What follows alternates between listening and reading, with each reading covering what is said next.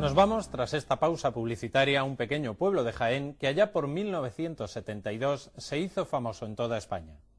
En las paredes y suelo de una casa de Belmez de la Moraleda empezaron a aparecer figuras sin ninguna explicación aparente. Acudieron estudiosos y curiosos de estos fenómenos paranormales y unos dijeron que era un fraude y otros encontraron una explicación parapsicológica. Desde entonces han pasado más de 27 años y aquellos famosos rostros han perdido interés para los medios, pero siguen estando presentes en la vida del pueblo. Vamos a recordar todo el misterio habido en torno a las caras de Belmez. Bueno, yo vi una cara en el suelo, pero se figuraba que es que la vista me lo hacía, porque entonces estaba mala con las calenturas, tenía las fiebres martas. Y yo creí que de la fiebre me hacían a mí aquellas figuras. Y llamé a las vecinas y vinieron y vieron que era una cara. Pero aquello se destrozó, porque queríamos que fueran manchas de la cocina. Esas manchas en la cocina, que hoy en día es el comedor, después de casi 30 años permanecen allí. Durante todo este tiempo, María ha convivido con las cerca de 3000 caras que han ido apareciendo y desapareciendo. Unas caras que, de alguna manera, casi forman parte de la familia. El pelo, la boca, y la nariz, la boca. Salen una y desaparecen otra. Me pongo a limpiarla y la echo de menos, que se van, y luego me encuentro otra por otro sitio. Las caras que un buen día aparecieron no son solo un fenómeno paranormal. Llegaron a causar alarma social y a inquietar tanto a las autoridades civiles como a las eclesiásticas, pero sobre todo cambiaron de manera profunda no solo la vida de María y la de los suyos, sino también la de todo un pueblo, Belmez de la Moraleda.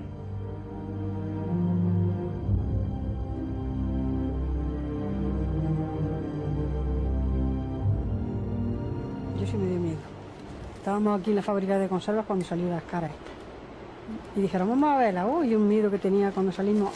La que salió grande, y fuimos a verlas, pero con miedo, Se iba metiendo. Se iba metiendo que se está llamando la pared, que aquello como andaba. Y ya, uy, ya ando más, ya la gente, ya ando más otra vez, ya ando. Y te asomaba y la cara metiéndose. Vamos a ver quién la mete allí, yo. Eso es un misterio tan grande que no sabe nadie la hora que hacen eso. Eso no se sabe. Y en un pueblo de menos de 2000 habitantes, que vivía del campo, empezaron a oírse palabras como teleplastia o como psicofonía. De la noche a la mañana, Belmez se vio desbordado por la avalancha de curiosos periodistas e investigadores que se daban cita en la casa de María. Vivimos 8 o 10 días que no pudimos comer caliente nada. Nada más que hacía hambre, porque no nos dejaban poner la sartén en la cocina para poder guisar. Del gentío tan tremendo que venía, cola ahí en la puerta. Tener que ponerse la Guardia Civil a sujetar a la gente porque no nos dejaban vivir. Este sin vivir difícilmente podría entenderse de no ser por la mediación del ya desaparecido Diario Pueblo, propiedad de los sindicatos franquistas.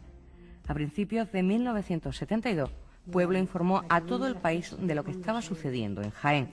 Durante semanas, Belmez centró la atención nacional y sus caras fueron objeto de todo tipo de estudios.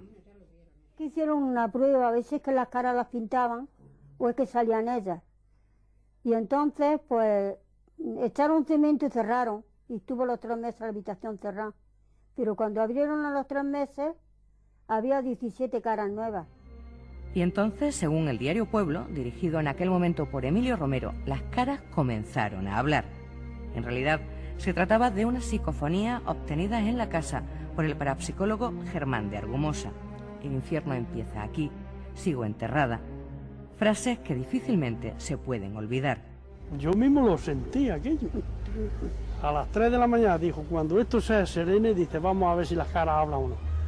Nos pusieron unos aparatos en los oídos y pusieron como un platillo en el suelo y empezaron a decir, Sofía, Sofía, socorro.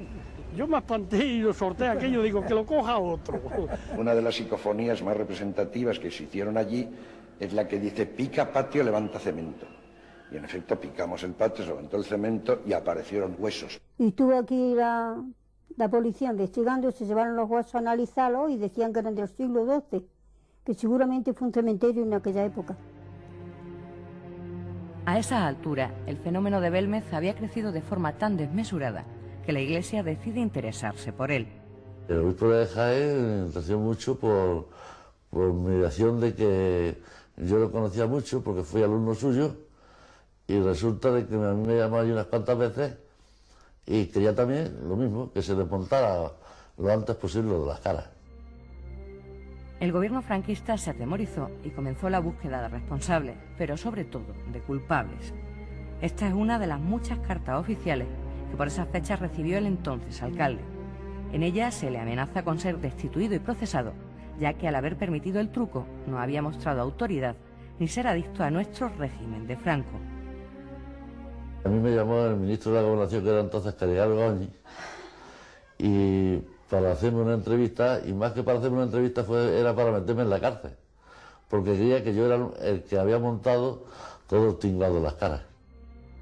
El diario Pueblo, a instancias del gobierno, también da por zanjado el misterio de las caras, y su equipo de investigación concluye que las manchas de la casa de María son un fraude. De repente, las caras de Belmez estaban pintadas por María Gómez Cámara y pintadas por alguna gente que se dejaba entrever, quizá el fotógrafo del pueblo, Manuel Rodríguez, quizá su hijo, a base de una argucia muy típica, que es poner sales de plata en el suelo y con la acción de la luz solar que se ennegrezcan y que aparezcan. Para la mayoría de los españoles, esa fue la última explicación. El misterio había terminado. El fotógrafo del pueblo y su hijo, uno de ellos pintor, habían dibujado las caras. Y un periódico del norte, que no recuerdo ahora mismo si era La Gaceta, La Voz de Galicia o no sé qué, decían que su madre era una beata recalcitrante, con esas palabras en el periódico, la madre del pintor, no me daban el nombre, no, la madre del pintor es una beata recalcitrante que ha querido que en su pueblo hubiera peregrinaciones. A mi marido lo trataban de avispado, esa era la palabra, avispado, un poco escrupuloso, en fin. Y el pintor, pues que era un pintor que se había dedicado a hacer eso, que era un fraude, que era una cosa clarísima. Y nosotros que lo único que habíamos hecho es atender a las personas, darles lo que teníamos, nuestro afecto y nuestra simpatía, y que al final pues resultara que éramos todos una partida de sinvergüenza, hablando mal y pronto. Y eso fue lo que no consintió Belmez, que los tacharan de mentirosos. Los más jóvenes se echaron a la calle, reivindicando el buen nombre de la localidad. Se sentían molestos y, sobre todo, utilizados. Molesto en dos sentidos. Primero, en que aquí se metía una cantidad de gente que, para un pueblo tan pequeño como este, era imposible poder llevarlo a cabo. Y segundo, porque decían que éramos unos caras. Y este pueblo no tiene nada de cara. Es un pueblo trabajador y agricultor y punto. Las caras habían dejado de ser tema principal de conversación. Durante casi 20 años disfrutaron de intimidad y de silencio, hasta que a finales de los 80 María cayó enferma. Yo fui a Jaén porque me dio un dolor y me llevaron y tuvieron que operarme de la vesícula, pero no estuve nada más que solo 8 días. Cuando me levantaron los puntos me vine, pero decían que las caras se habían puesto más apagadas, más tristes. Según los expertos, María es la verdadera autora de las caras, no de forma consciente, sino como una plasmación física de su subconsciente, lo que en parapsicología se denomina teleplastia. María tiene un protagonismo muy importante a la hora de, no sé si de inducir o por lo menos mediatizar el fenómeno, pero creo que el lugar donde aparecen las caras es fundamental, es decir, no creo que el fenómeno se produjese si María no estuviese ahí, pero tampoco se ha producido en otros lugares donde ha estado María. O sea que creo que es una mezcla de los dos factores. En este sentido, otros expertos apuntan al pasado de la casa: cementerio, escenario de una matanza, casa de lenocinio, lugares en los que hubo sufrimiento y que de alguna manera consiguen transmitirlo a María.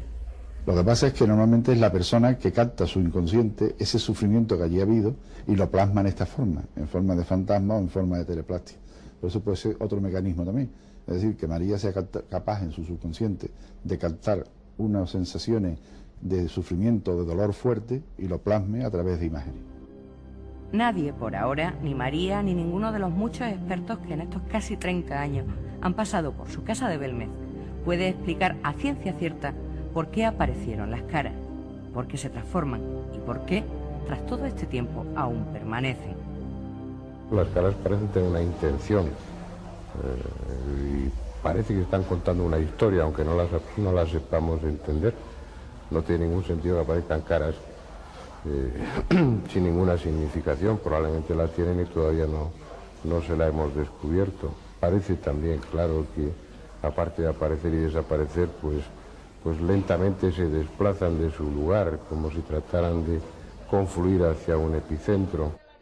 Un epicentro en el que inevitablemente parece estar María. Aquí hay otra, aquí hay un perfil.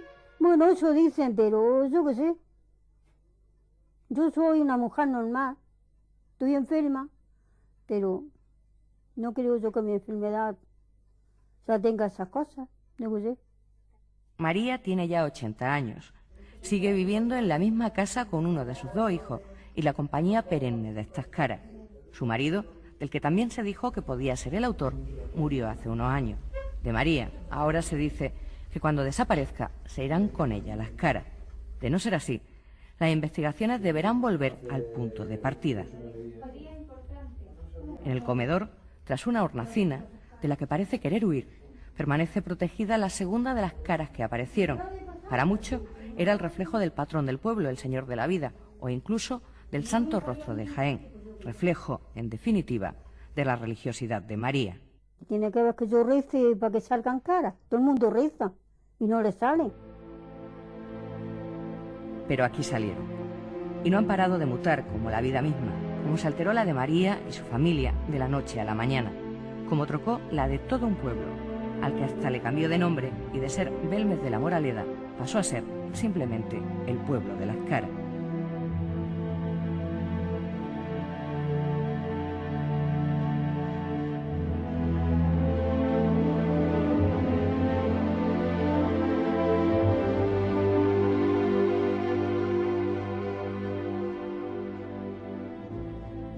Las caras de Belmez, un fenómeno de teleplastia según los que más saben de parapsicología. Casi 30 años después, ahí siguen, en casa de María.